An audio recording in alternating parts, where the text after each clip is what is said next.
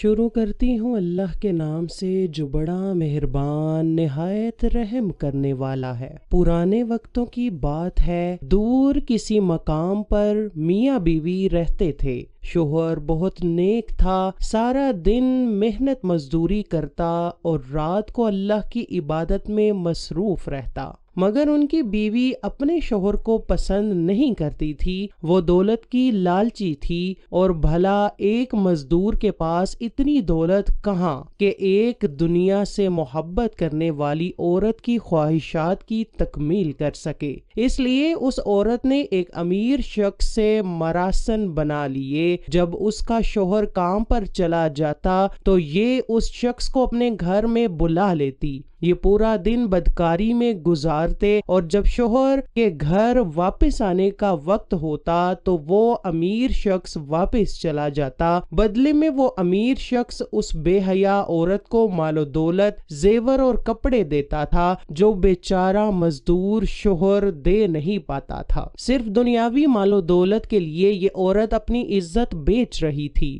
لیکن آخر یہ دھوکے کی ہانڈی کب تک پکتی؟ شوہر کو ایک دن شک ہوا کہ اس کی بیوی کے کسی اور کے ساتھ مراسن ہے، کیونکہ وہ رات کو اس سے دور رہنے لگی تھی، اور جو کچھ سامان اس کے پاس موجود تھا وہ بیچارہ غریب تو اسے لے کر دے ہی نہیں سکتا تھا۔ جب شوہر اس سے پوچھتا کہ یہ سامان کہاں سے آیا تو اس کی بیوی جھوٹ بول دیتی اور بہانے بنا دیتی، لیکن ایک دن شوہر کا شک یقین میں بدل گیا کہ کوئی نہ کوئی چکر تو ضرور ہے۔ جس جگہ اس نیک مزدور شخص کا گھر تھا وہاں ہی کچھ دور ایک پہاڑ تھا، اور سب لوگوں کا اس وقت یہ عقیدہ تھا کہ جو کوئی بھی اس پہاڑ پر کھڑے ہو کر جھوٹ بولے گا وہ اس پہاڑ میں دھنس جائے گا۔ چنانچہ ایک دن شوہر نے اپنی بیوی سے کہا کہ اگر تم واقعی اپنے دعوے میں سچی ہو اور تمہارا دامن بدکاری کے داغ سے پاک ہے تو تم میرے ساتھ اس پہاڑ پر چلو اور قسم کھا کر کہو کہ تم پاک دامن ہو۔ اب بیوی کے دل میں کیونکہ چور تھا اس لیے وہ بہانے بنانے لگی، مگر شوہر بھی اس بار اس کے کسی بہانے میں نہ آیا، اور اس نے فیصلہ سنا دیا کہ آج اگر نہیں تو کل تم ہر حال میں میرے ساتھ اس پہاڑ پر چلو گی۔ مگر بہانے بنانے کا فائدہ یہ ہوا کہ بیوی کو ایک دن اور اپنے آشنا سے ملنے کا وقت مل گیا۔ اس نے تمام کہانی اپنے آشنا کو سنائی اور کہنے لگا کہ تم فکر نہ کرو، میں کچھ بندوبست کرتا ہوں۔ یہ کہہ کر وہ چلا گیا، پھر تھوڑی دیر بعد آیا اور اگلے دن کے لیے اس نے جو کچھ بھی سوچا تھا اس عورت کو بتا گیا کہ ایسے ایسے کرنا۔